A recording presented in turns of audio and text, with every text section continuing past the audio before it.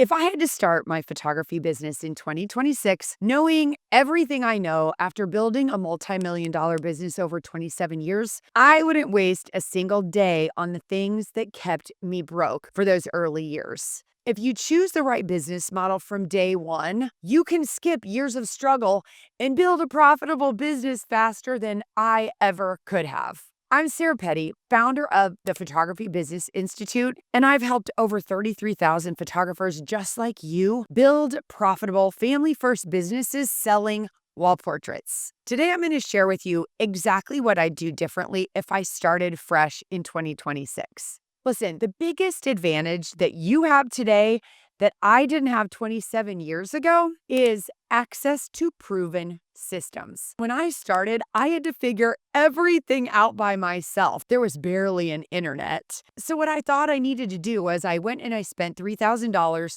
to study with an award-winning photographer. Turns out when I got to his studio, that while he had excellent photography skills, he had a second job because he couldn't make money from his photography. I wasted years grabbing puzzle pieces from different sources, trying to shove them together, trying this, trying that, copying competitors who were likely broke themselves. Here's the number one mistake that keeps photographers stuck for years, and it's thinking that that's what they can do, is just piece together a profitable business by watching what other photographers do and assuming that one, they're successful photographers, and that two, they have any idea what they're doing. Think about it. You're copying someone's Instagram feed without knowing if they're even making money. So here's what I know now. The photographers making six figures aren't necessarily more talented. They're following better systems. And when it comes to model, if I started my photography business in 2026, I would start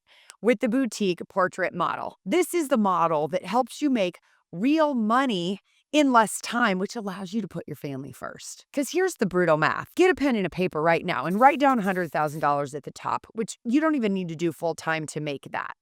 But you have two different ways you can make that.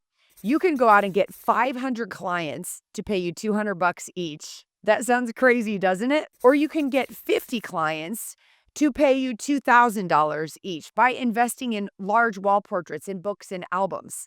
You get there so quickly. One path is like 10 clients a week, and the other path is one a week. Which one sounds like it's going to give you more time with your family?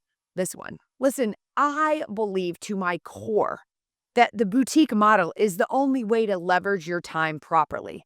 And if I were starting fresh, I'm not wasting years reinventing the wheel or getting stuck in some hybrid model in the middle. That's how you build confidence fast.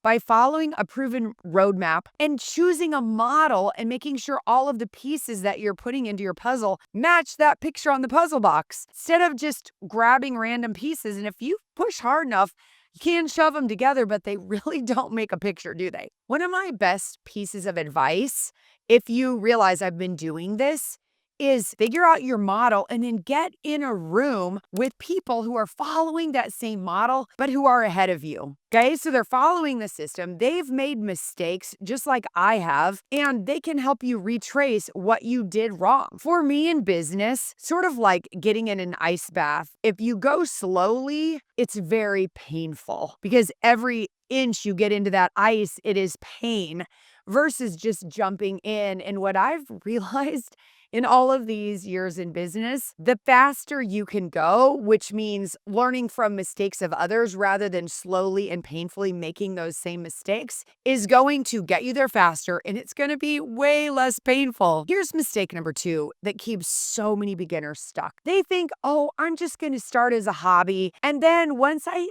feel like I'm good enough, I will raise my prices. The problem is that's backwards, my friend. If you want to run a business, which by definition your goal should be profit, otherwise you're a nonprofit, you have to charge profitable prices from day one, period. And let me give you the formula because there doesn't have to be guesswork, okay? Your cost of sales, which is what it takes to create the artwork, lab fees, framing, credit card fees, all those things, including your time, should be 20% or less of what you're charging. So for example, if your costs, including your time, are $20, You need to charge at least $100 if you want to run a profitable business. Then you keep your overhead between 30 and 40%. That's like your insurance, your office supplies, all those types of payments. And you're left with 40 to 50% net profit. Think about that. That is rare for business owners to have that high of a net profit where you keep half of what you make. But here's what beginners miss. Most don't account for their time. Oh, I'm just editing and retouching while I'm watching TV. Well, if you're charging $200 for digital files and you're spending 15 hours between overshooting, over editing, over retouching, and you wonder why it feels like you're making less than minimum wage, spoiler alert, because you are. Listen, if I started today, I would set profitable prices immediately, and then I would focus all my time, energy, and money on creating enough value to justify those prices. Not the other way around. Waiting till I'm good enough and thinking then I'm just magically going to charge more doesn't work that way. Here's the counterintuitive part. When you do decide to switch the boutique portrait model, you can practically lose half your clients, if not more, and make the same money, sometimes way more, because the clients who stay, they come back and they invest often 10 times as much. Mistake number 3, offering digital files because, oh, Sarah, that's what everyone wants. Listen, if I started today, I would never, not ever, not for 1 second, offer digital files. Here's why. Digital files are a commodity. People can get them anywhere.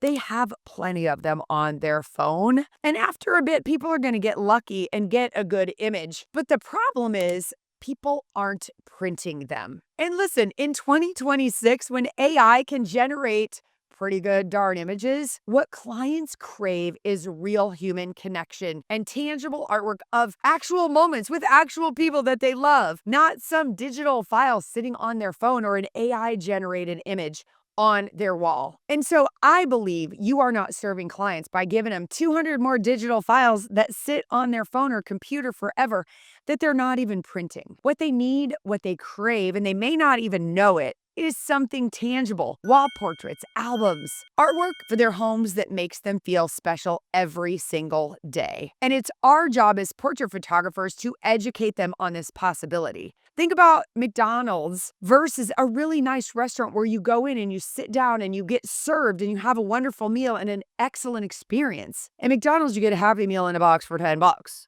Fast, cheap, transactional. At a nice restaurant, you're there for several hours. You're ordering wine, appetizers, a salad, entrees, dessert.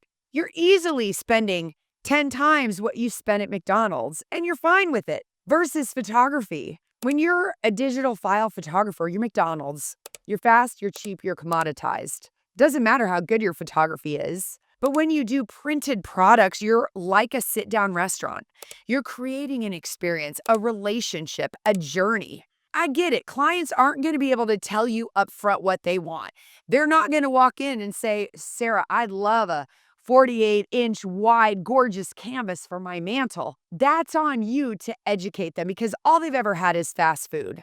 So if I started today, I would out of the gate position myself as a photographer who creates custom heirloom artwork, and I would educate one person at a time versus the one who's a commodity who hands over files and hopes they print something. People don't need more digital files. They need help decorating their homes with images of the people they love. Mistake number 4 that kills confidence and keeps you stuck: avoiding the pricing conversation until clients have already booked. That's crazy town, my friend. My gosh, if I started today, I would do what I do now, which is I explain pricing and my process and about my products on the very first phone call before anyone books, because I don't want to waste their time and I definitely don't want to waste my time. Here's why. You need to create what I call an assumption of sale. Clients need to understand from minute 1 that they're paying a session fee for your time to create images, and then they'll sit with you to place the custom order afterward. When you explain this upfront, price objections disappear because the wrong fit people don't book you. And your confidence skyrockets because you're only working with people who already understand and value your process. And let me share something with you. Here's the one sentence that changes everything. I say on that first phone call, let me explain to you what makes me different, because my business is very different from most photographers. That makes you perk up, doesn't it? It erases their preconceived ideas about what cheap sessions and digital files actually mean. And when you explain why wall artwork and printed files are so important, then when you get to pricing, you've created the value and price no longer is an issue. They're either a right fit or they're a wrong fit. But by the end of that first phone call, you both know if it's a fit. So if they say, I just want digital files for $200 after you've explained all the value you create, you can be so nice and say, you know what? There are lots of photographers who can do that. If you post that you're looking for that on Facebook, you'll get a zillion replies. I don't refer to anybody because I don't even know what other people do. I'm not going to put my reputation on the line. They can find tons to choose from. No apologies, no negotiating, no being rude and offended that they don't like what you have. It's just clarity. Think about it like dating. You dated some nice people who you didn't end up marrying, and that's okay. So if I started today, I would never, ever skip this conversation because this alone builds more confidence than any photography skill workshop ever could. And mistake number 5, my friend, build relationships, not social media followers. Listen, if I started fresh in 2026, I wouldn't wait for masses of people to find me on social media. Your next client isn't scrolling Instagram looking for a boutique photographer. They're living life. They're at a grocery store, at your kid's soccer game, at the dentist's office. Here's what I'd do. I'd get out from behind my computer and I would start building real relationships in my community. Then,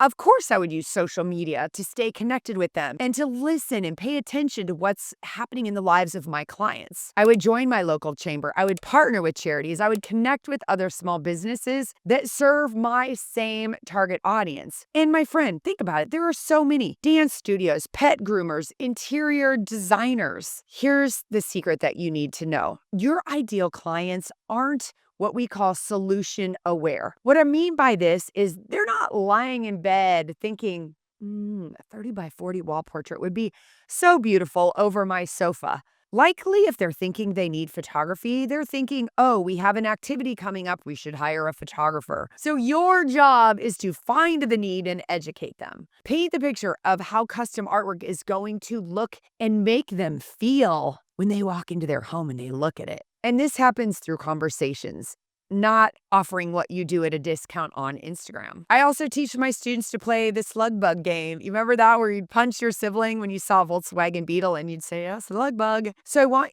you to train yourself to spot opportunities everywhere. Someone mentions on Facebook they got a new puppy, slug bug. That's a session. Someone's daughter just made the dance team. Slug bug, that's a session. That's beautiful wall art that empowers her for her bedroom that she's going to hang in her office one day. One strategic partnership with a charity you're passionate about or another local business who serves your target audience and already has a relationship with them, and you can give them an incentive to refer you, is going to go way further in your business than posting now booking on social media. And if I started today, I'd focus on relationships over followers every single time. And if I started today, here's what success would look like in year 1. It would look like building raving fans, one person at a time, getting a referral from them, getting connected in my community, building a strong brand, not buying more equipment, but buying skills, feeling more confident each month as I follow a system, understanding the seasonality of my business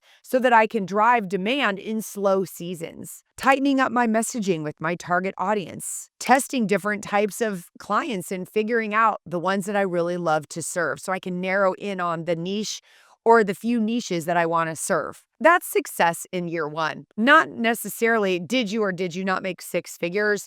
Did you or did you not get a fancy studio?